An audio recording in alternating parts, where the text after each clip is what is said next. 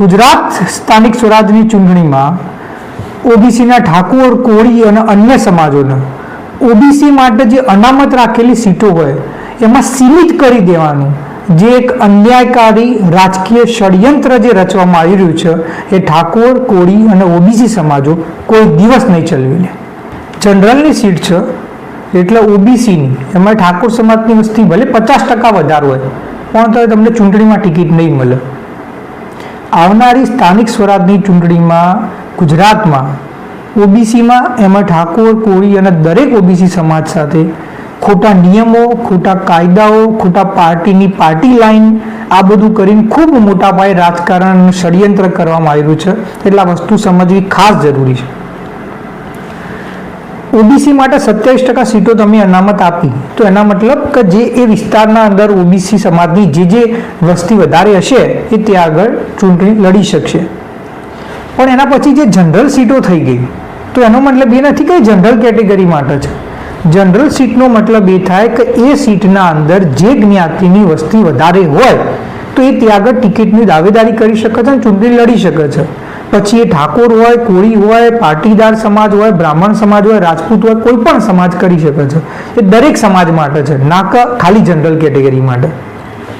આવું એટલા માટે કહેવું પડે છે કારણ કે આ નીતિનો ખોટો અર્થઘટન કરીને ઠાકોર સમાજની બાદબાકી કરવામાં આવી રહી છે એવું મને જાણવા મળ્યું છે.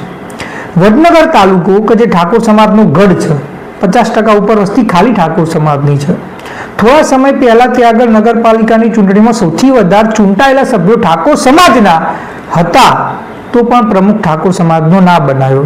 સમાજે આ વસ્તુ સમજવાની જરૂર છે કે તમારા જોડે અન્યાય થઈ રહ્યો છે, નહીં બોલો તો હેરાન થશો. હવે પાછું એવું થવા જઈ રહ્યું છે.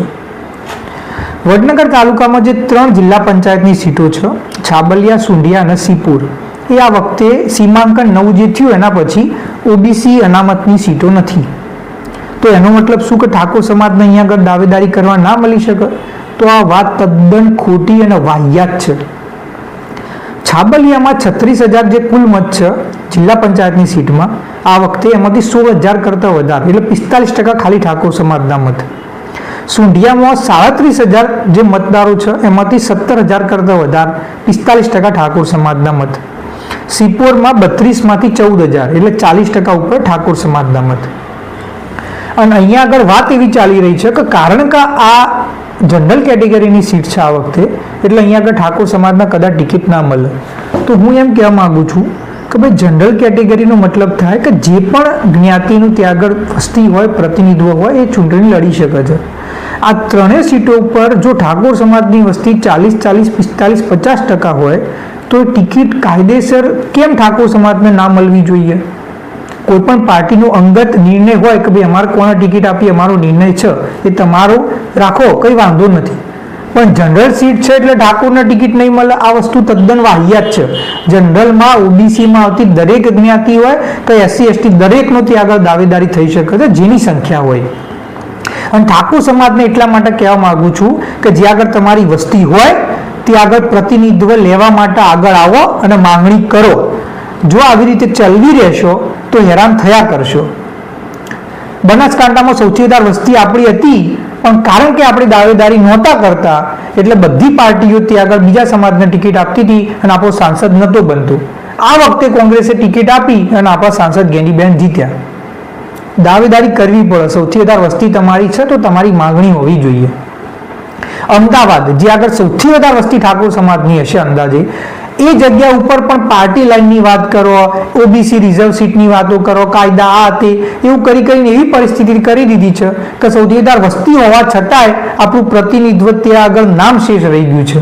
પછી એ ધારાસભ્યની વાત હોય કે પછી તમારા ત્યાં આગળ કોર્પોરેટરોની વાત હોય. એટલે ખોટા નીતિ નિયમોને માની ના લો નકર તમારું પ્રતિનિધિત્વ પૂરું થઈ જશે. અને એટલા માટે હું એમ કહેવા માંગુ છું દરેક પાર્ટી જેને ટિકિટ આપવું જોઈએ એમની મરજી, પણ જો તમને એમ કહેતું હોય કે ભાઈ ઓબીસીની સીટ નથી એટલે ટિકિટ નહીં મળે તો કદી ના ચલવી લેતા. જો તમારી સંખ્યા 40-50% હોય તો ટિકિટ છાતી ઠોકીને માંગવાની અને લેવાની. બીજી વસ્તુ, જો પાર્ટી ટિકિટ નથી આપતી તો જે પાર્ટી ટિકિટ આપે, જે સંસ્થા ટિકિટ આપે એને મત આપો પણ તમારા વ્યક્તિઓને જીતાવો, નહીં તો આવી રીતે આપણું પ્રતિનિધિત્વ ઘટી જશે. આવું ના ચલવી લો. આવનારી ચૂંટણીમાં આ વસ્તુને ખાસ ધ્યાને રાખજો. જય માતાજી. હું તારક ઠાકોર.